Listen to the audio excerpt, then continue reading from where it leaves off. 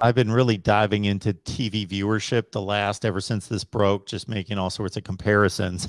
More people watch Ohio State, Michigan play than every team that's vying for Pac-12 or Pac-12 teams vying for Big Ten membership. Oregon, Washington, Utah, Colorado. I ran down a bunch of them. More people watched Michigan, Ohio State than watched their entire seasons. Really? And then so throw Notre Dame into the mix. Obviously, Notre Dame's viewed heavily, much more so than the teams we're talking about, Utah, Colorado, etc. But their TV ratings aren't there. There's a thought out there that like when Notre Dame's on TV, everybody's watching. It doesn't reflect in the.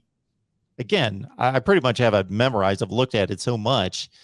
In Ohio State and Michigan, unless they're playing Rutgers or Maryland, when they're playing Michigan State, when they're even playing Purdue, playing Nebraska, Ohio State, Nebraska was the highest rated game of that particular week.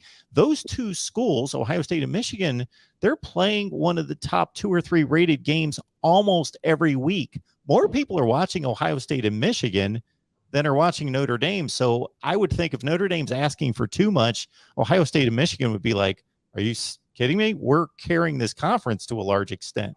Yeah, absolutely. And I agree with that, honestly, because if you're Michigan, Ohio State, like let's say you're Michigan right here and you're saying, hey, we had 3 of the top 5 most viewed games this past season. That's including in Alabama. That's not just in the Big Ten. That's the whole country, And so Michigan's probably like, we're good, like would a Notre Dame make it probably 4 of the top 5 if Michigan and Notre Dame played every year? Yeah, but I think that they're also like, hey, we're doing this on our own. We don't need to pay extra for you or give you like, a majority share or something like that, which I imagine Notre Dame's they're going to come to the table and say that, right? That they deserve that. And it's probably really interesting conversations, but the reports that Michigan is like holding out to wait for Notre Dame is that's interesting because I think, and I don't know if it's true. I don't think you want to be like, if you're the Big Ten, you don't want to be sitting there and being like, yeah, we love you, Notre Dame. Come on. You want to play hardball a little bit, don't you? And that's what makes me conjecture about what the deal is with Washington and Oregon, because the Big Ten's just basically said, hang on, we'll get to you later. Well, I would think that if the Big Ten was completely uninterested, they would say, no, thank you. We've denied the application. Obviously, if they were going to come on board regardless, you wouldn't want to risk losing them, so you would accept them. Is this part of them dealing with Notre Dame and, kind of kowtowing to who does Notre Dame want? And if Notre Dame says, we want Stanford, then they're going to do what Notre Dame wants. And that's why they're saying Oregon, Washington, hang on. Definitely. And I, from what I know from a number standpoint too, I think Notre Dame is like the only school left in the country out there that would raise the Big Ten's valuation. I think if you bring on an Oregon and Washington, it kind of stays the same from what I know. And I'm not an expert in that. But so I think there's a reason for them holding out on that for sure. But yeah, Notre Dame does have pull. There's no doubt about that. And they're going to say, we want Stanford because we want that, rivalry game and all that stuff still there and blah, blah, blah. But I think you have to – I just wonder when there's a lot of big egos in these meetings, and I wonder when they say, screw you, go do your own thing. We're good with what we have. We're going to get a $1.5 billion deal from Fox next year. We're good without the extra 0.5 billion or what. I don't know what it is, but you know what I mean? And people scoff at Stanford, but I'm a big Stanford Notre Dame guy. Bring those two in because Stanford's been awful in football the last 3 years and nobody shows up at the games. I understand that, but they have shown based on what your guy Jim established, and then David Shaw took it over and kept it going for a while.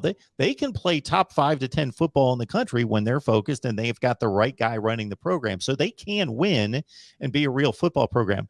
But the academic end of And we know that this is not the SEC. This is the Big Ten. Looking at schools is just their endowment, their reputation. They're one of the top 5 schools in the. I just think that that's overwhelming.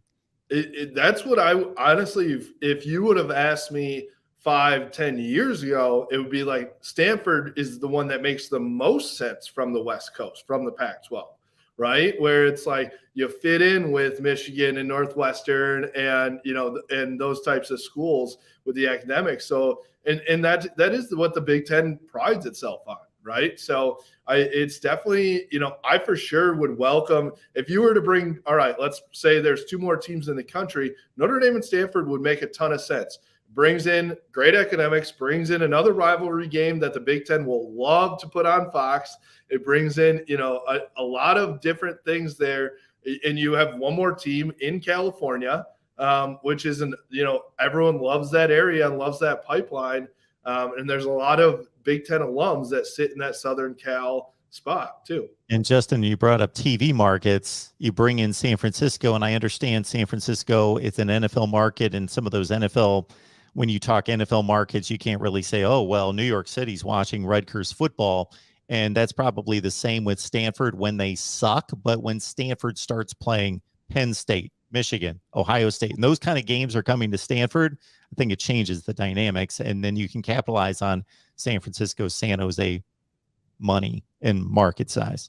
Definitely. I think there's one reason it's just new teams coming to those stadiums. The same thing's going to happen to USC and UCLA.